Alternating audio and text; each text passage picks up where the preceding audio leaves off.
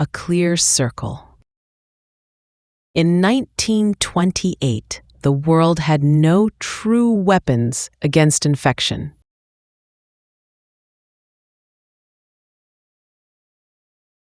Doctors could wash wounds, clean instruments, and hope.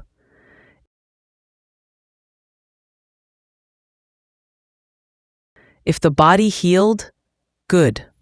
If not, there was little to be done.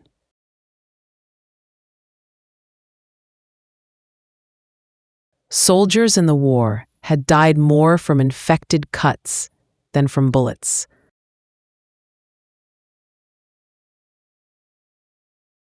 Mothers died after childbirth.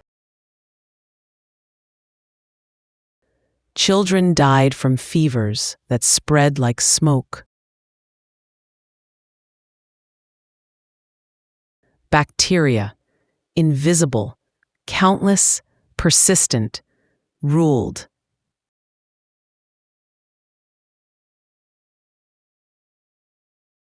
Some scientists searched for chemicals to kill them.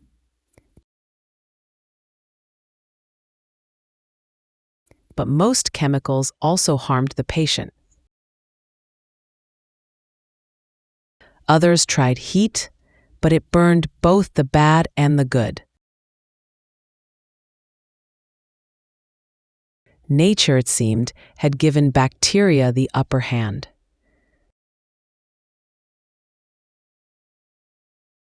Still, some believed the answer was out there, in something simple, small, overlooked.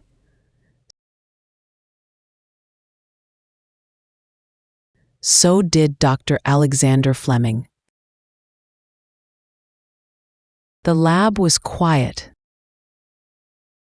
Dr. Alexander Fleming stood by the window, holding a cold cup of tea.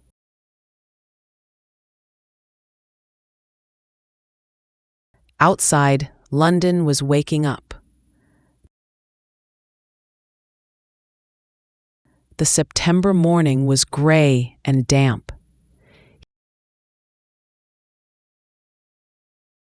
He had just returned from a 2-week holiday.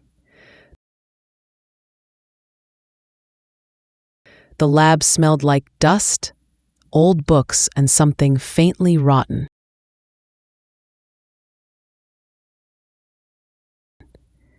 "Time to clean up," he said to no one. He moved slowly around the room, checking his bench, drawers, and notebooks.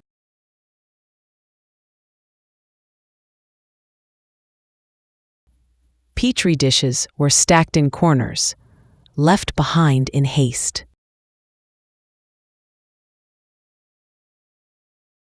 Most of them were probably useless now.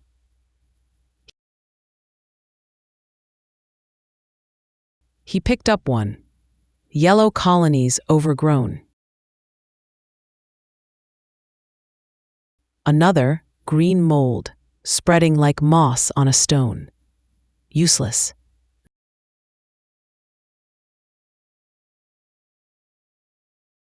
Then one dish made him stop.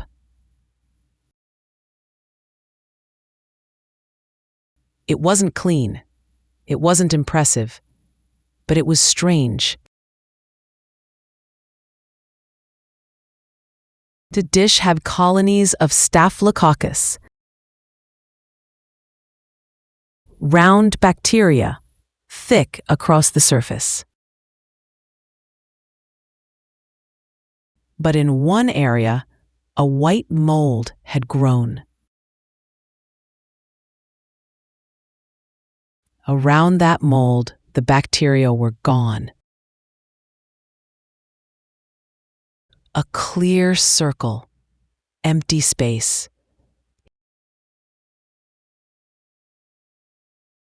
He stared, his mind sharpened.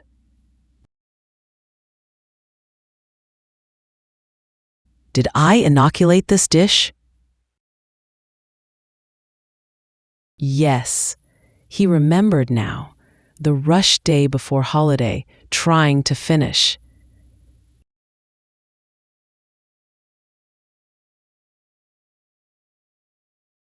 He hadn't cleaned properly.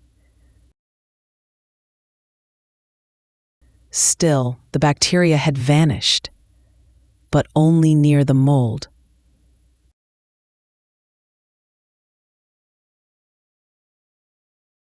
Coincidence?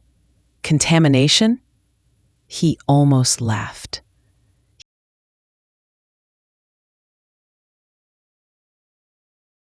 He had seen mold 100 times before. Usually, he tossed it away, but not this time. He lifted the dish toward the light. The circle was too perfect to ignore. Like a clean bite taken from a dirty apple. Why only there? He set the tea down. It was cold anyway. He leaned closer. The mold looked ordinary. Probably penicillium. Nothing exotic. Nothing new.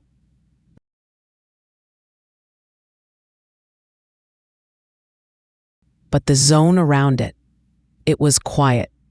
No bacteria. As if the mold had claimed its space and the bacteria had retreated.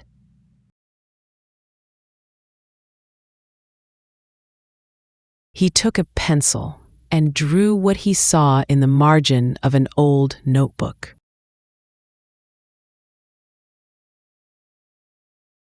A rough sketch, mold in the center, bacteria around it.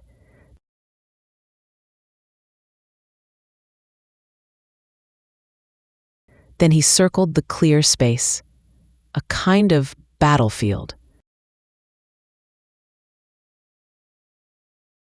And the mold was winning. His stomach growled. Was it Wednesday?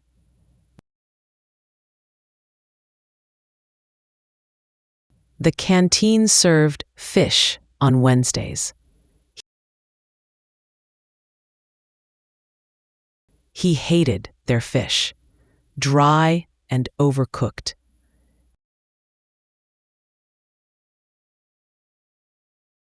He thought about lunch, and then forgot it again.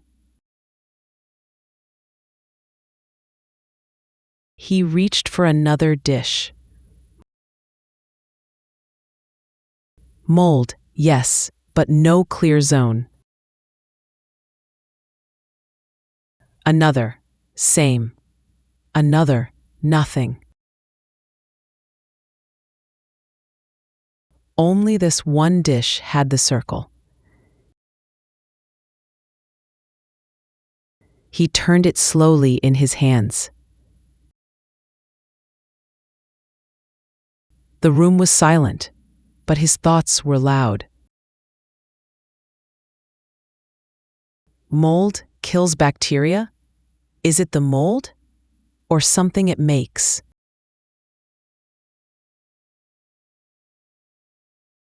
Or something the bacteria do in response? He didn't know. Yet. He opened his notebook again. Observed mold growth with bacterial clearance around it.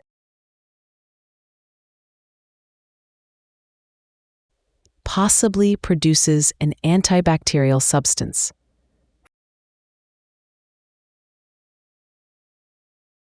Further study needed. He paused, staring at the words. So many of his notes had ended that way. Further study needed.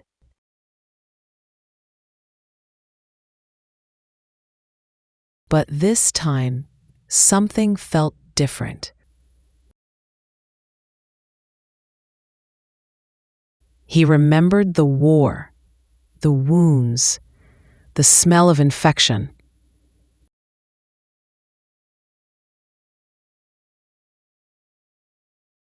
The helplessness of doctors with clean hands and no cure.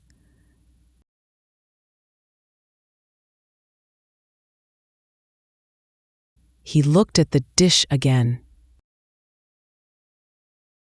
Not just mold, not just bacteria, maybe a message.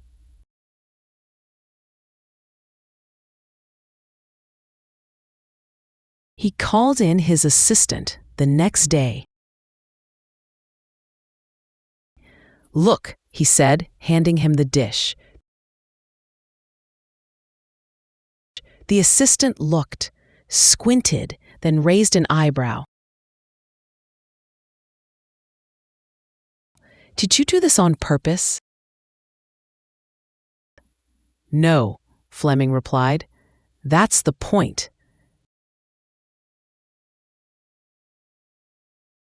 They both stared.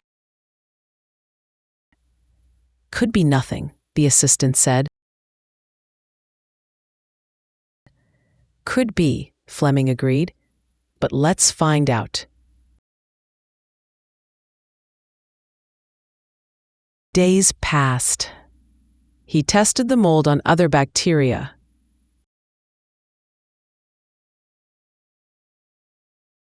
It worked again and again. It wasn't a trick.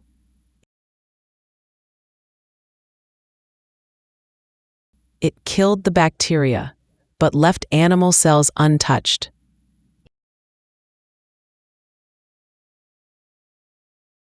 He gave it a name, penicillin, from penicillium.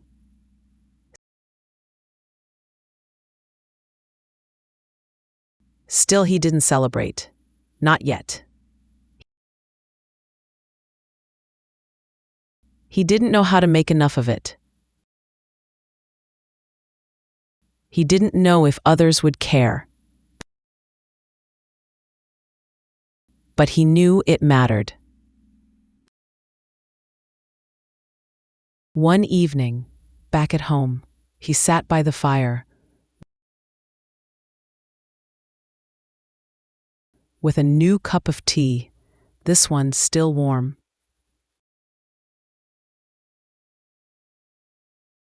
His daughter was drawing on the carpet, his wife reading in the chair.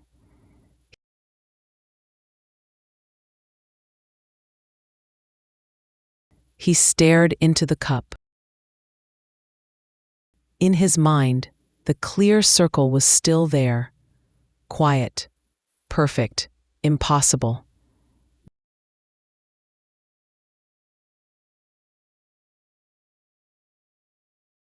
Not an answer, not yet, but a direction.